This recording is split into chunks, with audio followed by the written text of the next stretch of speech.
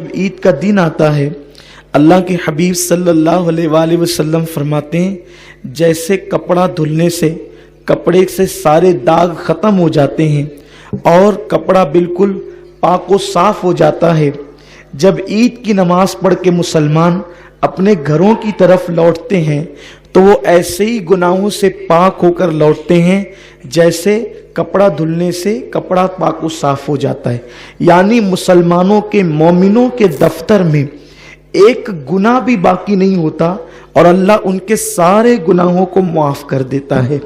उनकी मगफिरत और इनाम, अल्लाह फरमाता है, अल्लाह का वादा है कि ईद के इज्तिमा में यानी ईद की नमाज में मेरे बंदे मुझसे जो मांगेंगे उस नमाज ईद के बाद दुआ में मैं उनको ज़रूर अता करूँगा, जो मांग ले अता करूँगा।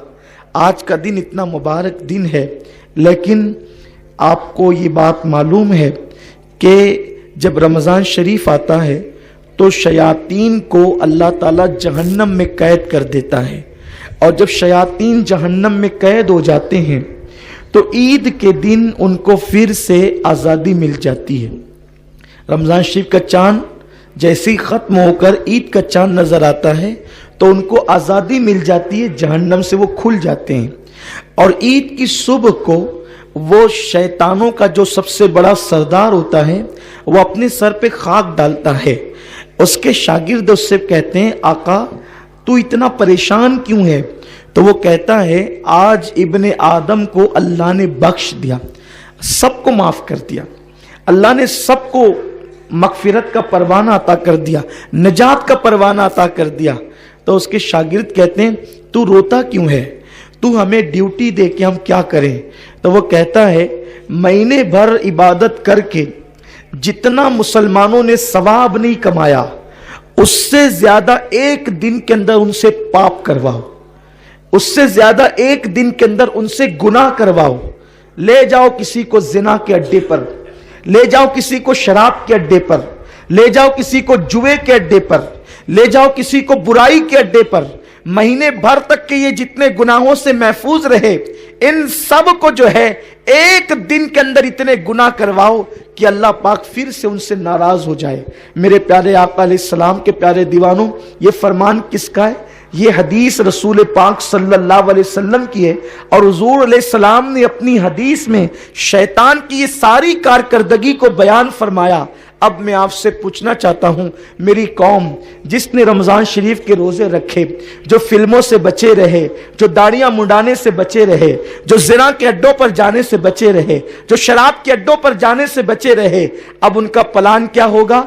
जल्दी से ईद की नमाज अदा करें, घर जाएं और लोगों से मिलें, और उसके बाद फिर दोस्तों अहबाब के साथ फिल्मों में जाएं।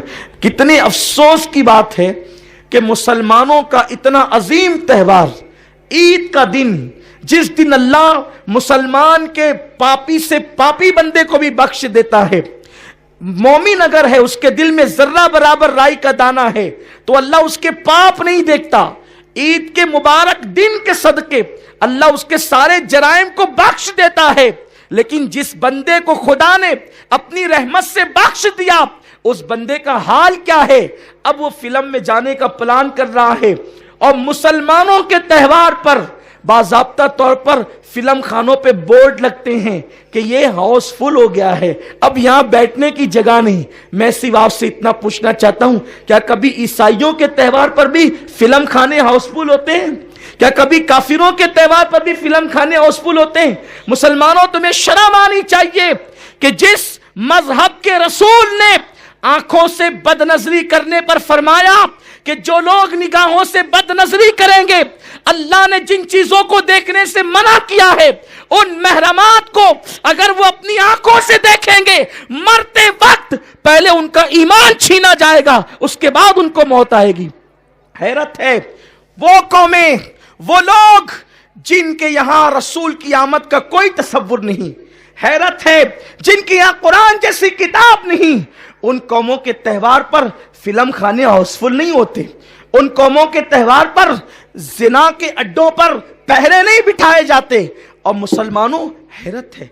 और फिर क्या वक्त आ गया है, हमारे नौजवान ऐसे निकलेंगे गुनाहों की तरफ, ईद का दिन है, न सैर व तफरीह के लिए कोई ममानियत है, न खुशी के लिए कोई ममानियत है, लेकिन मुसलमानों हम खुशी करें, नाजायज काम न करें, इसलिए कि तुम पर ऐसी आफतें, ऐसी बलाएं टूट पड़ी है कि अगर तुम उससे निपटना भी चाहो तो नहीं निपट सकते। मेरा अल्लाह फरमाता है वमा अस्साबकुम मिन मुसीबतिन फबिमा कसबत ऐदीकुम, कि तुम पर जो भी मुश्किलें और मुसीबतें आती है वो तुम्हारे हाथ की कमाई है।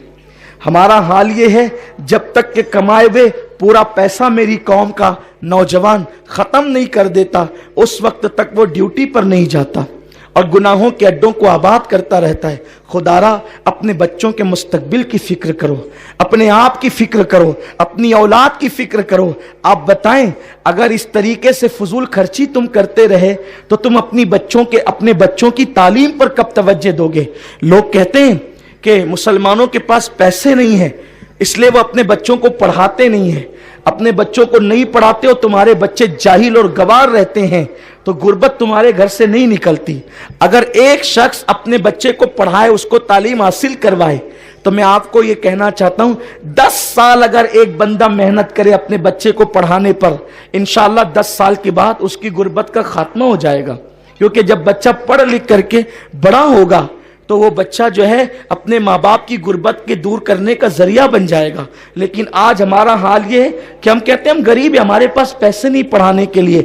जिस कौम के पास पढ़ाने के लिए पैसे नहीं है, वो कौम का करोड़ों रुपया तो फिल्म खानों में जा रहा है, उस कौम का करोड़ों रुपया तो ज़िना के अड्डों पे जा रहा है, उस कौम का करोड़ों रुपया तो गुनाहों के अड्डों पे जा रहा है, उस कौम का करोड़ों रुपया तो शराब के ऊपर खर्च हो रहा है। आप कैसे कहते हैं हमारे पास पैसे नहीं है?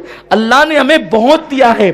अगर हम अपनी अल्लाह की दी हुई दौलत को सही राह में खर्च करें तो इंशाअल्लाह तबारक व तआला हम तरक्की कर सकते हैं। आज के दिन, ईद के दिन ये पैगाम है कि अगर हमें आधी रोटी खाना पड़े तो खाएं, हमें एक दिन में एक टाइम का खाना खाना पड़े तो एक टाइम का खाना खाएं, 2 टाइम का खाना तर्क कर दें, लेकिन अपने बच्चों को जरूर पढ़ाएं। खास तौर पे स्कूल कॉलेजेस अपने बच्चों को पढ़ा करके अपने बच्चों को आगे बढ़ाएं। जब तक के कौम मुस्लिम तालीम हासिल नहीं करेगी, ये कौम कभी तरक्की नहीं कर सकती। हिंदुस्तान की सरजमीन पर इस्लाम दुश्मन अनासिर ने यह मंसूबा बना लिया है, इनको जाहिल रखो, जाहिल रखेंगे तो ये गरीब रहेंगे, और जब गरीब रहेंगे तो यही बैतुल खला साफ करेंगे। वो कौम जिसने इस मुल्क में 1000 साल तक हुकूमत की है, अब उस कौम से बैतुल खला साफ करवाने का मंसूबा है। और क्यों? ताकि तुमको जाहिल रखा जाए, अनपढ़ रखा जाए। खुदा के लिए अपने शौक पे कंट्रोल करो, खुदा के लिए फजूल खर्ची पे कंट्रोल करो, अपने बच्चों को पढ़ाने का अज़्म करो। अगर आज की इस महफिल में मेरा कोई भाई ये तय कर लेता है कि मुझे एक वक्त का खाना पड़े तो मैं खाऊंगा, लेकिन मैं अपने बच्चे को आला डिग्री दिलाऊंगा। लोग कहते हैं नौकरी तो हमें मिलती नहीं, हमारे साथ तो तासुब किया जाता है, फिर हम अपने बच्चों को क्यों पढ़ाएं? याद रखें, अपने बच्चों को ऐसी क्वालिटी दे दें कि दुनिया मजबूर हो जाए, तुम्हारे बच्चों को नौकरी नहीं ढूंढना पड़े, नौकरियां तुम्हारे बच्चों को खुद तलाश करें। हमारा ये मिजाज होना चाहिए।